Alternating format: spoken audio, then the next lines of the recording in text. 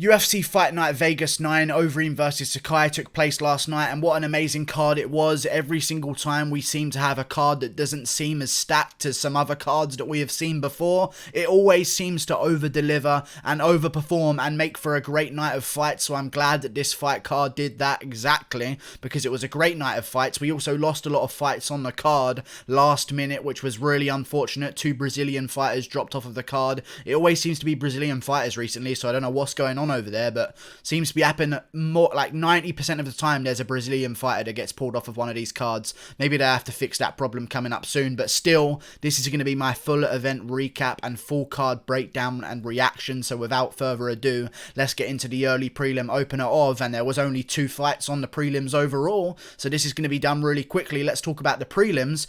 Cole Smith versus Hunter Azure kicked off our night of fights. Great fight to start off the night. It wasn't the best in the world. It was a little bit of a grind them out, but I liked it. I think that I said that Hunter Azure was going to win this fight by grinding out Cole Smith to a decision win. That's exactly what he did, making me look really clever. He also got a big knockdown in this fight, and he looks really good in the first round. Really good on the feet after his last performance against Brian Kelleher, because what a lot of people didn't realise, although Brian Kelleher KO'd him, he still looks really good in that fight and was actually beating Kelleher for the entire fight before that KO happened. So Hunter Azure, I've always been pretty high on him.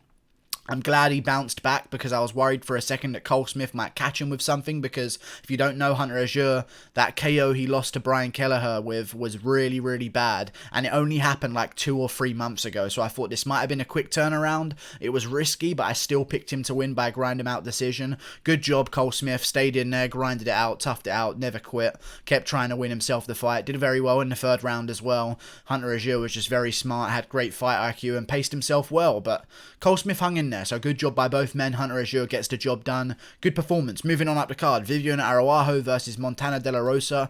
Again, a good scrap.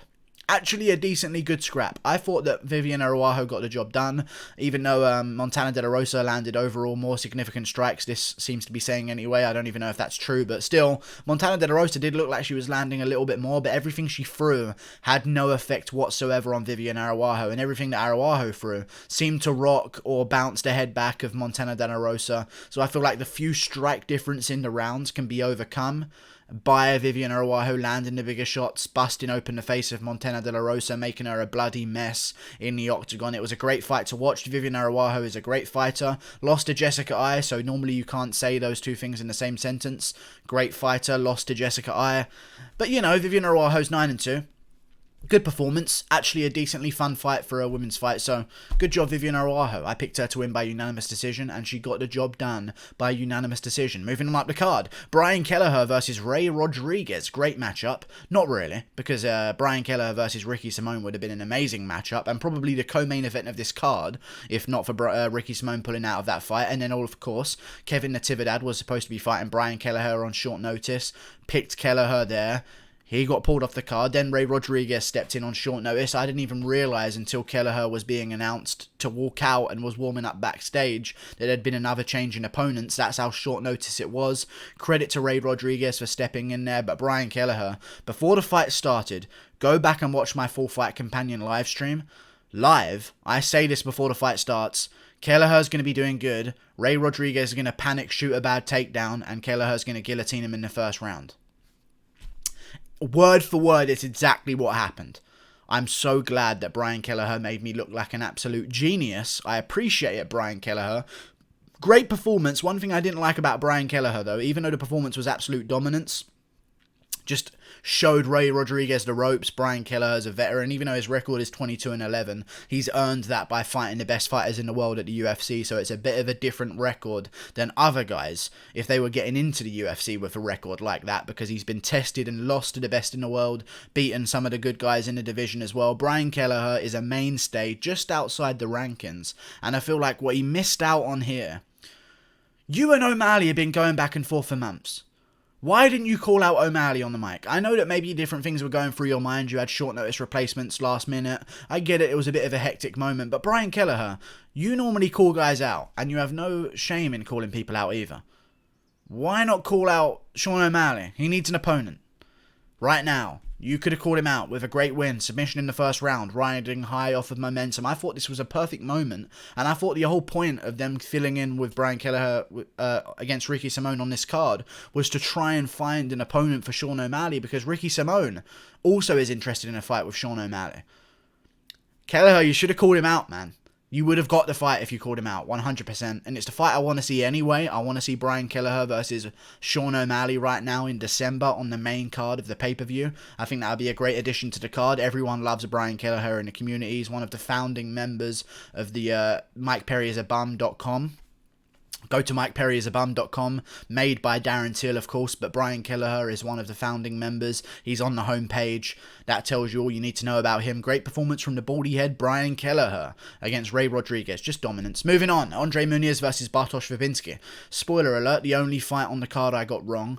Good performance from Andre Muniz. As soon as Bartosz Fabinski got him to the ground, Andre Muniz, long legs, big, massive guy. Actually, one of the few fights on the card where I completely almost wanted to change my mind after the weigh-ins, because Muniz looked about 2 weight classes bigger, and it reminded me of the fact that Bartosz Fabinski was a welterweight moving up to middleweight, and Andre Muniz could well be a fucking light heavyweight in there. Honestly, he was massive. But yeah, long legs, dangerous to take you down against. Honestly, those long legs, he got on right in good position. Bartosz Fabinski escaped an armbar a couple times, I believe. Eventually, it looked like Andre Muniz was setting up a triangle. He turned it into an armbar last minute. Great performance. I genuinely think that's what happened. I haven't watched the fight again. I haven't watched it in slow motion and really broken it down in detail. But I believe Andre Muniz was trying to set up a triangle, and Bartosz Fabinski was keeping his hand and arm on the outside of the body of Andre Muniz to try and stop the arm being pulled over so the triangle can be completed. So what Andre Muniz did was recognize that, keep his arm there and switch it to an armbar, because he already has the extension on the arm in that case. Great adjustment from Andre Muniz, 20-4, great opponent he had in Bartosz Fabinski, who just dominated Darren Stewart. So yeah, Andre Muniz, dangerous. Proved me wrong. Good win from him. Great submission in the first round against Bartosz Fabinski, who is no slouch. So I really am on the Andre Muniz bandwagon a little bit right now, because that tells me a lot about you. The only fight on this card I got wrong, Andre Muniz, great performance. Moving on, Pehea versus Imadiev. I picked Pehea. I got him at even odds, which I was so happy about. When I made my full card reaction video, I mean, not my full card, this is my full card reaction video. When I made my full fight reaction video immediately after it happened with Imadiev versus Pehea, I didn't realize this. That's why he was slapping him.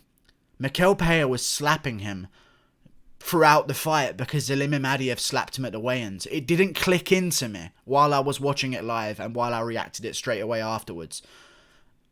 It just never, the gears didn't click. I didn't understand it. I never made the connection between the two of the things happening. But Pehea, I said this in my full fight reaction video, fuck the Diaz brothers, because he is literally the slap master of the UFC. He engaged in slap mode. I've never seen it before. He genuinely engaged in slap mode, opened his palms, shing, into slap form, converted himself into slap form, and then just went ham onto Imadiev's face and had a great performance throughout the fight. Great front kicks, great spinning back kicks to the body as well, landed. Went for the few flying knees, went for the rolling thunder, went for the autistic stuff that we know Pehea for, but was a little bit more tame, a little bit more controlled. He was too controlled in the Sanchez fight. He tamed himself a little bit too much, I think. You are wacky and you're a great guy athletically, so you can go and do those crazy stuff. I think he toned it down a bit too much against Sanchez and was too patient. Here, he dialed it up a bit, but not too much. So there was a right amount of everything. Yes, you had the Showtime kick, the rolling thunder. Normally, I would say these things are over the top, but knowing that Pehea can literally go back out there and do a triple backflip for no fucking reason in the middle of a round, this was a tame version, not too tame, but a great performance from Pehea. I thought he was going to get the job done by KO in the first round. I mean, you can kind of call this a decision because it wasn't a finish. He got a rear naked choke in, and it probably would have been finished by rear naked choke, to be honest with you, because it was in under the chin, and Imadiev didn't look like he would have the strength to get things done and get out of that rear naked choke in the third round. But Imadiev looked great. But he didn't look great whatsoever, actually. So take back what I said. Pehea dominated him start to finish. Ovin St. Preux versus Alonzo Menifield. Great performance from Ovin St. Preux, by the way.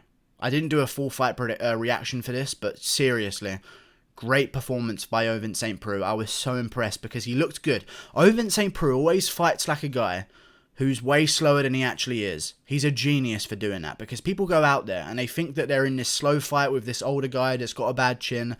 Ovince St. Preux doesn't actually get KO'd that often. I know he gets rocked and he gets dropped quite a bit in fights and he does look like he's hurt. He doesn't really get KO'd that often. Like, he's not that chinny of a guy. So people saying that Menifield was going to go out there and KO him in the first round, I picked against it. I picked OSP to win. I couldn't believe that he was an underdog after we just watched Menifield lose to Devin Clark. We just watched him lose to Devin Clark. How was he a favourite on short notice against Ovince St. Preux? It made no sense to me from the beginning. But Ovince St. Preux was always going to get the win, in my opinion. I thought he would do it by submission, but he got it done with a beautiful one-punch KO as Menifield crashed forward. It reminded me heavily of Kevin Holland versus Joaquin Buckley, which we watched not too long ago. It was the exact same type of fight. Alonzo Menifield headhunting, coming forward with big aggression, looking for the big shot. Menifield staying patient on the outside, rolling backwards with shots, rolling just out of range, shooting stuff straight down the middle. Great front kicks from OSP throughout the fight. Menifield was gassed out by the second round. He usually gasses out anyway, but Ovince St. Preux's work to the body made him gas out twice as fast. I feel like those front kicks were dangerous, and OSP looked great. I like OSP. He had a big one-punch KO out of nowhere, so I'm down, turn him back around for the end of the year and put him up against another light heavyweight prospect, because that's all we seem to do with OSP. Are you good enough to join the rankings? OSP will decide at light heavyweight. And if he is not ranked after this one, I don't know what to say, because he's beat Shogun, who's number 13, by first round KO. So what are we doing here? I don't understand. Magomed Ankalaev lost to Paul Craig. He's above him in the rankings. He didn't even have a fight with Kutalaba, period. It got stopped before a fight could even begin. Why is he ranked above all of them in the rankings? It makes no sense why Ankalaev's ranked. Ovince St. Preux should be ranked top 15. That's how I feel. But still, Ovince St. Preux, great performance. Let's do him versus the winner of Jimmy Crute versus Modestas Pekalkas in a few weeks at the end of the year. Alistair Overeem versus Augusto Sakai. Great performance from Overeem. Lured him in. I did a full fight reaction to this, so go check that one out. But Alistair Overeem went out there, not dominated, but lured him in the first 2 rounds. I thought some of those rounds could have still gone to Overeem, but it was very clear what he was doing. When Augusto Sakai, he doesn't attack in short bursts out of nowhere, like other guys like Rosenstruik might do, or Ngannou might do. When Augusto Sakai is in attack mode, he goes forward cruising with about 5 or 10 punches and a kick at the end and a couple knees in the middle as well. That's what Sakai does. When you fight in that kind of switch, where you switch to attack mode and you switch to patient mode, guys know when you're going to attack them, because you show them. And you show, okay, for the next 10 seconds, I'm going to be throwing bombs. When you do that, a guy with the experience of Overeem and the fight IQ of Overeem can say, oh, you're in attack mode now, throwing punches and punches. Oh, I'm just going to cover up for a bit. Have fun gassing yourself out. I've been 5 rounds before, you haven't. And Overeem just suckered him in. Suckered him in with that good old chin of his, the best bait of all time. Overeem's chin, it might be the best bait of all time. Honestly, put it on the end of a fishing line, because guys are so lured to that chin in MMA. They see Overeem's chin, they think they can land one punch and get it over and done with. Not like that. Not that easy. You've got to be an Ngannou or a Rosenstruik or that level of guy to KO Overeem, or Curtis Blades even, like the guys, or Stipe Miocic even, the guys that he's lost to recently over the past 5 years at heavyweight are all the top guys in the division. I mean, they're the top ranked guys, if you take out DC's name, and Derek Lewis maybe as well. Overeem has not lost to bums, and Sakai I didn't think was ever going to be ready, and Overeem eventually got it done in the 5th round. I thought he was going to get it done with a takedown in the 2nd. Surprisingly, he didn't go for takedowns. Maybe that's because he just didn't want to risk, because when he did go for takedowns, maybe a lot of people were asking why he didn't just go for takedowns straight away. When he went for the takedowns, he did very risky takedowns. They were beautiful takedowns. They were sweeps, they were throws, like reverse throws, risky positions though, where he could have ended up on bottom. I feel like that's why he waited for Sakai to gas himself out a bit more, because some of those throws, if you've got a Sakai that's still a little bit fresh, he could scramble out of that situation and possibly end up on top, and then all of a sudden you've got a repeat of the Miocic fight where you end up in a bad scramble.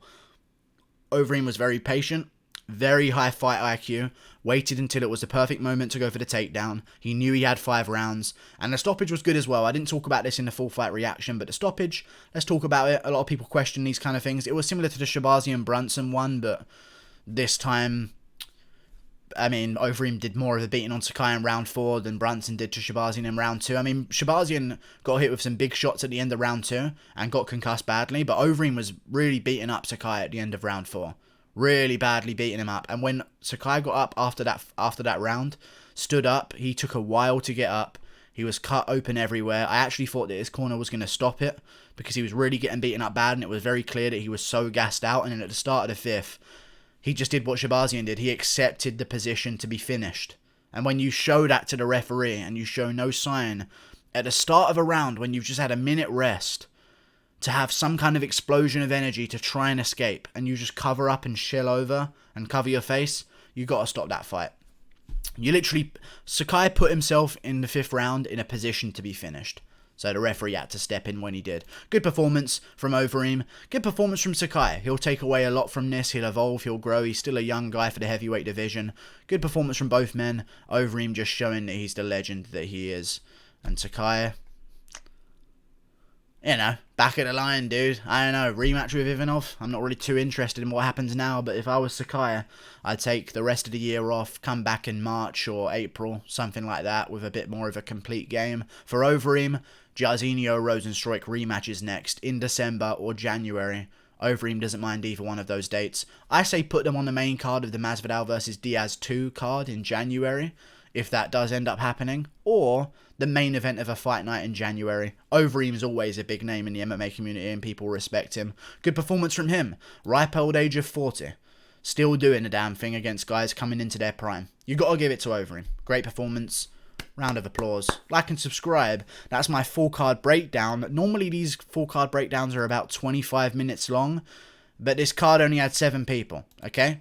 I got 7-1 overall on predictions, or no, sorry, 6-1 overall on predictions, because there were only 7 fights on the card, of course. I was going to pick Romanov. That got pulled off the card. I was going to pick someone else. That got pulled off the card. Thiago Moises, I was going to pick against Jarlin Turner. That got pulled off the card. It's unfortunate when these things happen, but hopefully, and just hopefully, if karma does exist, we've had so many fights pulled off of this card. Please don't let us lose any more of Waterson versus Hill, because I won't watch it if we lose any more of that. If we lose Waterson Hill, what's the main event? Quarantillo versus Nelson? Like, that's a problem card. So hopefully all of the ones coming off of this week will prevent there from us losing Covington Woodley, for example. Let's just hope that the sacrifices have been made for this card so that it doesn't come back to bite us in the arse of these upcoming cards as well. Like and subscribe. Thank you for watching. Click that button there. Goodbye. 6-1 overall. The resurrection is real. I'm back on track with predictions. The MMA Guru has returned. Goodbye.